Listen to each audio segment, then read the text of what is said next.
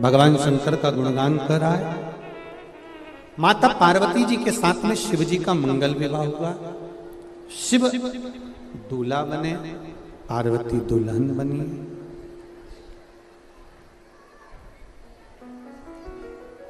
और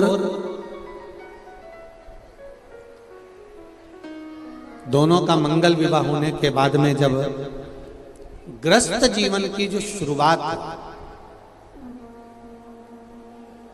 एक बात थोड़ा सा अपने जीवन में उतारिए।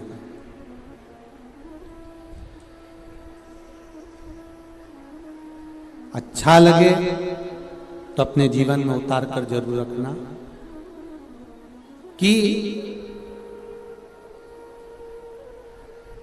जिस बेटी का विवाह जब हो जाए और बेटी ससुराल चली जाए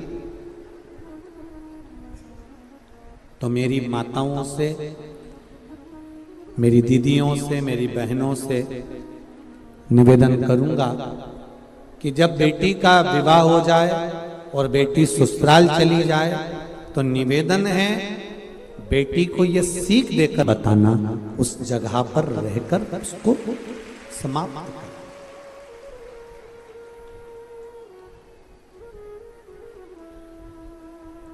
उस जगह पर रहकर उस ससुराल का जो कोई बात है तो उसको ससुराल में समाप्त करा जाए।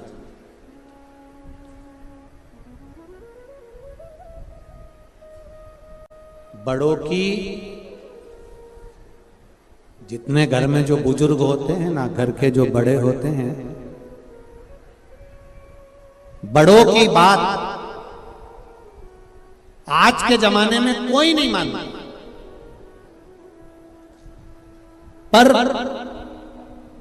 बड़ों की बात का बुरा सब मानते। बात नहीं मानेंगे पर बात का बुरा अवश्य मानेंगे। एक समझने वाली बात है कि बड़ों की बात का, आप कहते हो, कई लोग कहते हैं हमारी बात हमारा छोरा नहीं सुनता, हमारी बात हमारा बेटा नहीं सुनता, हमारी बहू नहीं सुनती। बड़ों की बात आज के जमाने में कोई नहीं मानता, पर बड़ों की बात का बुरा प्रत्येक व्यक्ति मानता। और शिव महापुराण थोड़ा उल्टा कह रहे हैं। शिव महापुराण की कथा कहती है कि बड़ों की बात का कभी बुरा मत मानो और उन्होंने जो बताया है उस पथ पर चलने का प्रयास करो, कभी भी खड्डे में नहीं।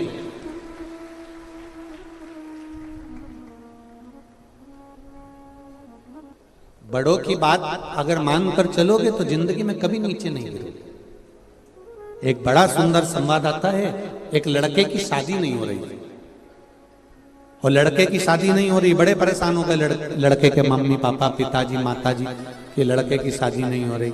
एक जगह पर लड़के की शादी पक्की और लड़के की शादी पक्की हुई, पर लड़की वालों ने एक बात लड़के वालों से कह दी कि शादी हम एक शर्त पे करेंगे कि बारात में कोई बुढ़ा नहीं आए। अब देखिए जरा शिव पुराण की कथा का स्मरण करिएगा। हम शादी करने को मना नहीं कर रहे हैं, हम शादी जरूर करेंगे, पर एक शर्त है कि शादी में कोई बुढ़ा नहीं आएगा। ठीक है साहब, हम बुजुर्गों को लेकर नहीं आएंगे, हम बड़े को लेकर नहीं आएंगे, हम लड़की, ठीक, लड़का तो कम से कम शादी हो जाए, लड़के की शादी तो हो जाए। बेचारा 32 साल का हो गया, 35 साल का हो गया और उसकी शादी नहीं हो रही है तो कम से कम शादी तो हो जाएगी। हाँ भर दी। बारात की तैयारी हुई। घर में जो फूफा जी थे बुजुर्ग, उन्होंने कह दिया चाहे कुछ भी हो जाए, मैं बस के नीचे मर जाऊंगा पर बारात में तो जाऊं। सबने मना करा, साहब देखो फूफा जी तुम मत जाओ, और देखो ये अच्छी बात नहीं है, उन्होंने मना कर दिया था कि कोई बुढ़ा नहीं आएगा, आपको नहीं ले जाएंगे। नहीं मैं तो जाऊंगा, चाहे कुछ भी हो जाए मेरे को तो जाना। एक काम करो, अगर ऐसे नहीं ले जा सकते तो मिठाई के डब्बे में मुझे बंद करके ले जाओ। अब बुढ़े व्यक्ति को फूफा जी को ने खोखे में, परंतु ले तो जा रहे हैं, पर एक बात याद रखना, हम तुम्हें निकालेंगे नहीं, अंदर ही पड़े रहो। हाँ हम बस के अंदर पड़े रहेंगे, कोई बात नहीं, पर जाऊंगा। अब वो मिठाई का बड़ा डब्बा लिया, उसमें इनको भर दिया, 2 छेद कर दिए उसमें जिससे श्वास चली जाए, और इनको बारात में ले गए। अब शादी की तैयारी हुई, लड़का घोड़ी पे तैयार हुआ, तैयार होकर लड़की के दरवाजे पर पहुंचा। बरमाला का समय आ गया। लड़की के पिताजी ने एक बात कही, लड़की बरमाला तब डालेगी, एक शर्त पर, लड़की बरमाला तब डालेगी जब हमारे गांव की नदी में जैसे पानी बह रहा है उसकी जगह दूध बहा दोगे तब। अब तो सारे बारातियों ने सोचा अब कोई शादी हो रही है, पालतू का बात कर रहा है, नदी में कोई दूध बहेगा, बहुत कठिन काम। सब के सब लड़के को लेके वापिस बस में बैठने लगे। पीछे फूफा जी ने आवाज लगाई खोखे में से, कड़कड़ करा, तो किसी ने सुना क्या बात है। फूफा जी ने पूछा क्या हो गया। लड़की के पिताजी ने बोला है कि शादी एक शर्त पे होगी, गांव की नदी में दूध भरा जाए तो लड़की भी आएंगे, नहीं तो नहीं भी आएंगे। तो इतने में अंदर फूफा जी ने बोला तो फिर क्या कर रहे। इतने में सारे बस के बैठे हुए सब नीचे उतर गए और उन्होंने लड़की के पिताजी से कहा कि साहब आप नदी का पानी रोक दीजिए, हम नदी में दूध भर देंगे। इतने में लड़की के पिताजी बोले बारात में जरूर कोई बुढ़ा आया है, बारात में जरूर कोई डोकरा आया है, बूढ़ा व्यक्ति आया, ये निश्चित था। शिव पुराण कह रही है बड़ों की बात का कभी बुरा मत मानो, अगर बड़ों की बात को मानकर चलोगे तो ये निश्चित है कि तुम अपनी मंजिल तक पहुंच जाओगे, आपको मंजिल मिल जाएगी।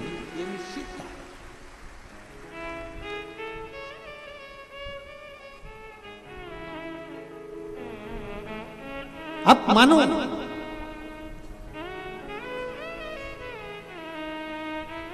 कई लोग कहते हैं कि ये शिव महापुराण की कथा सुनकर क्या मिलता है। हमने कहा ये वेद व्यास जी ने लिखी है, वेद व्यास जी ने इसका वर्णन किया है, वेद व्यास जी ने लिखा है।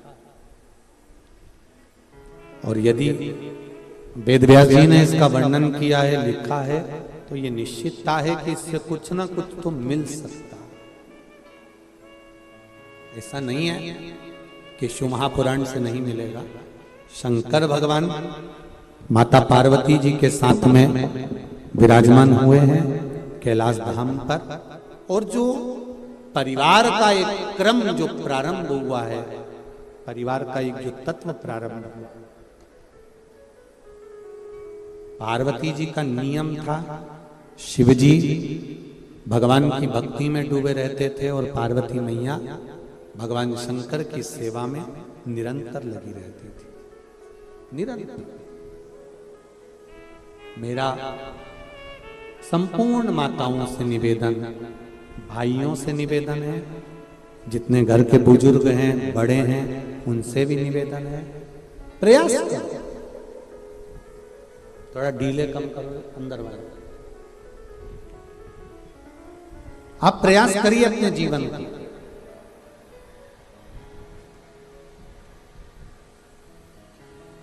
सार्थक बनाने के लिए। पीछे की आवाज खोल के रखो, पीछे की।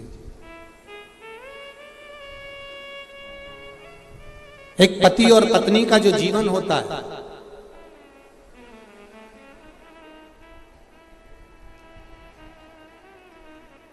पति और पत्नी का जो जीवन है, पति और पत्नी का जो जीवन का क्रम है, वो एक हमें सीख देता है।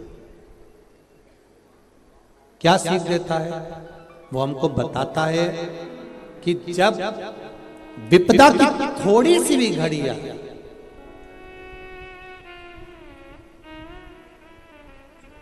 पीछे की एलईडियां चालू कर दीजिए, एलईडियां से बंद पड़ी रही।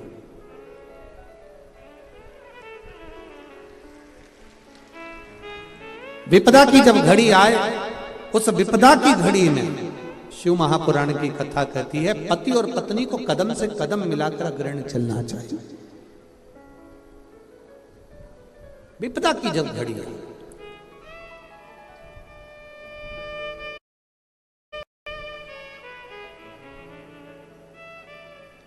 शरीर में जब पीड़ा होती है ना, शरीर में जब कष्ट आता है तो हम होम्योपैथी, एलोपैथी, डॉक्टर के पास जाते हैं।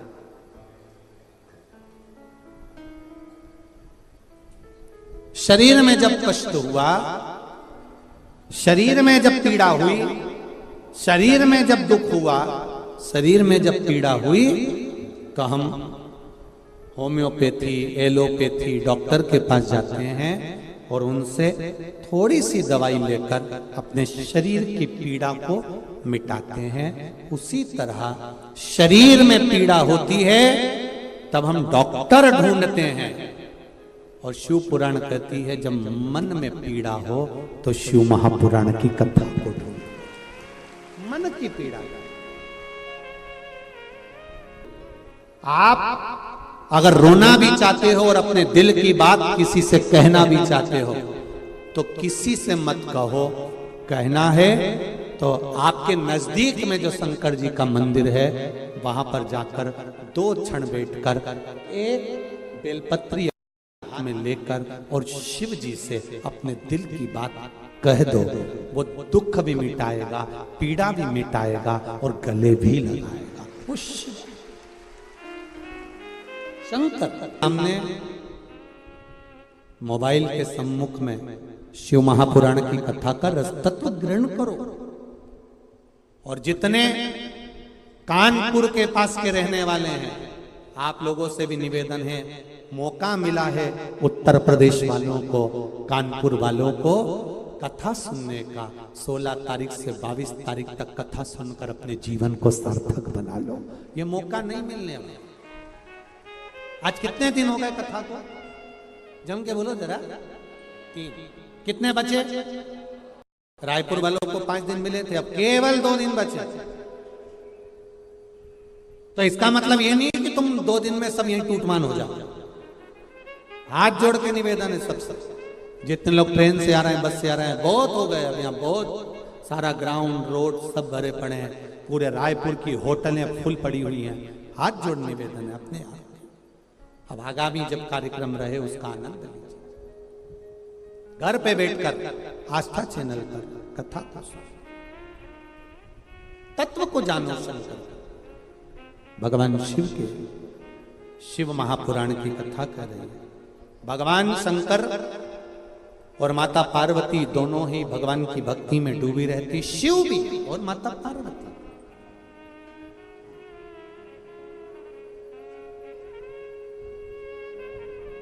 समय आया,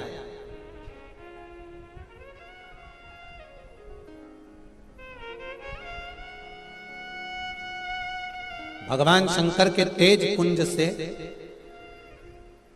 गंगा जी के जल से 6 पुत्रों का जन्म हुआ जो कृतिकाओं को दिया गया। कृतिकाओं ने उस पुत्र को पाल पोस कर बड़ा करा तो उसका नाम षडानंद कार्तिकेय रखा गया। कार्तिकेय जी का जन्म का एक कारण और था तारकासुर का संहार, तारकासुर को मारना।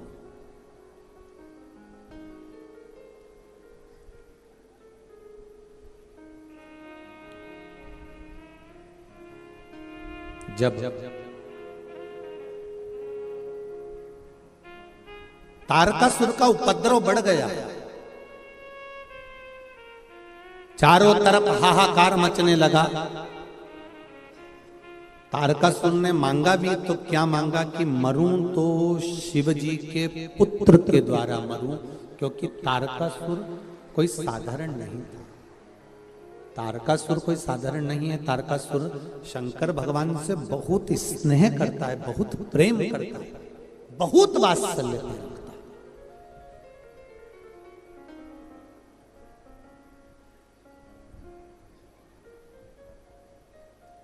तारकासुर ने मांगा कि अगर मरूं तो शिव जी के पुत्र के द्वारा मरूं।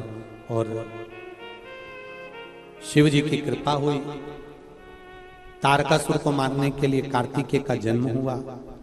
कार्तिकेय बाबा को माता पार्वती जी ने कह दिया ये तारकासुर है, पर इसका संहार तो करना, पर इसके हृदय में चोट ना लगे, इसके हृदय में शिव बैठे हो, भगवान शंकर इसके हृदय में बैठे हुए हैं। शिव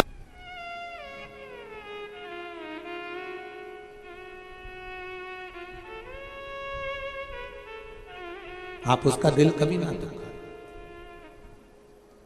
हम कल भी कहे, परसों भी कहे, आज फिर कह रहे हैं, शंकर जी के मंदिर जाने वाली चाहे बेटी हो, चाहे बेटा हो, चाहे बुजुर्ग माताएं हो, चाहे भाई लोग हों, हम माताओं से भी कहेंगे अपने घर के पुरुषों को एक नियम बना, दिन भर तुम्हारा पति नौकरी करता है, सर्विस करता है, काम करता है, बिजनेस करता है, कमाकर लाता है, अपनी पत्नी और अपने बच्चों के लिए लाता है।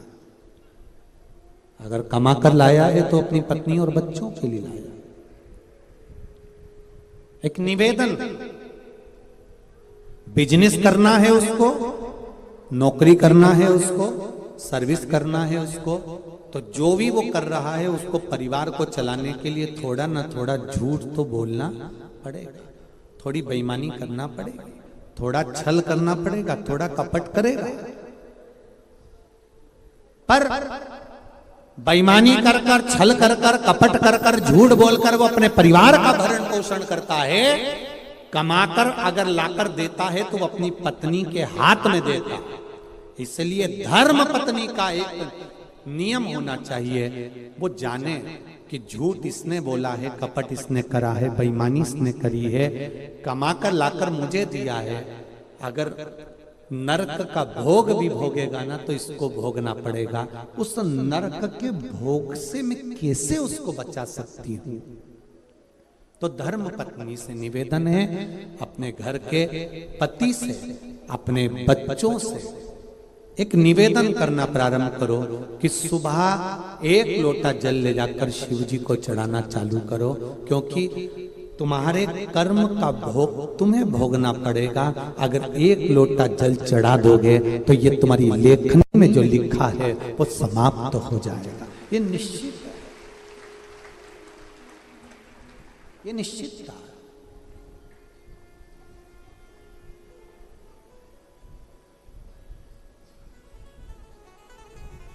आप उसको समझाओ।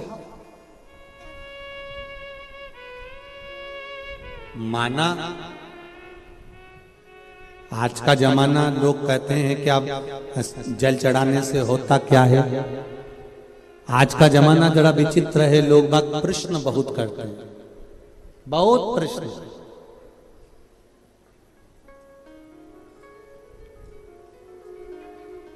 इतने प्रश्न हैं लोगों के पास में, उन प्रश्नों को हल करना कठिन पड़ता है। पर इतना जरूर कहो कि तुम कहते हो कि जल चढ़ाने से क्या होता है, या जल समर्पित करने से क्या होता है, या शिव महापुराण की कथा सुनने से क्या होता है, तो उनको समझाओ। जैसे भोजन हमने किया और भोजन शरीर के अंदर गया, जाने के बाद हमको नहीं मालूम कि ये शरीर में क्या करेगा, पर इतना जरूर है कि भोजन जब अंदर जाएगा तो शरीर में बल मिलेगा, और बल मिलेगा तो आप मेहनत कर सकेंगे, बढ़ सकेंगे। उसी तरह शिव महापुराण की कथा या एक लोटा जल हम शिव जी को चढ़ा रहे हैं, उसका बल हमको अंतिम समय तक जरूर प्राप्त रहता है, ये निश्चितता। किसी के मरने के बाद कई लोग कहते हैं उनके दादाजी मर गए तो उन्होंने इतने ब्राह्मणों को भोजन कराया, उनके काका जी मर गए तो उन्होंने ब्राह्मणों को रसगुल्ला खिलाया, गुलाब जामुन, पूड़ी, भजिया, पकोड़ा ये खिलाया। किसी के मरने के बाद आप क्या खिला रहे हो उससे मतलब मत रखो। शिव महापुराण की कथा कहती है मरने से पहले कितने लोगों को आपने भोजन कराया, बात वहां रखी जाती है, मरने के बाद की नहीं। आपके हमारे संसार के किसी व्यक्ति के मरने के बाद दुनिया के लोग कितना भोजन कराते हैं वो महत्व नहीं रखता। आप जीते जी इन श्वासों के द्वारा, अपने शरीर के द्वारा, आप जीते जी अपने द्वारा कितने लोगों को भोजन करा रहे हैं, मूल वो है। आपने किसका साथ दिया, मूल वो है।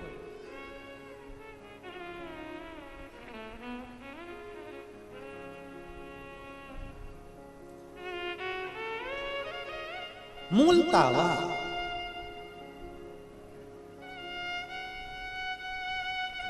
ये जितने लोग कथा सुन रहे हैं, जितने इस पंडाल में बैठे हुए हैं, ये ग्राउंड में, दही हांडी ग्राउंड के अंतर्गत गुड़ियारी के इस ग्राउंड में आप लोग जितने लोग बैठे हुए हैं, जितने लोग बाहर बैठे हुए हैं रोडों पर, जितने लोग छतों पर बैठे हुए हैं, जितने लोग होटलों पर बैठे हैं, जितने लोग गाड़ियों पर बैठे हुए हैं, 2 व्हीलर 4 व्हीलर पर चढ़ चढ़ कर बैठे हुए हैं, टैंक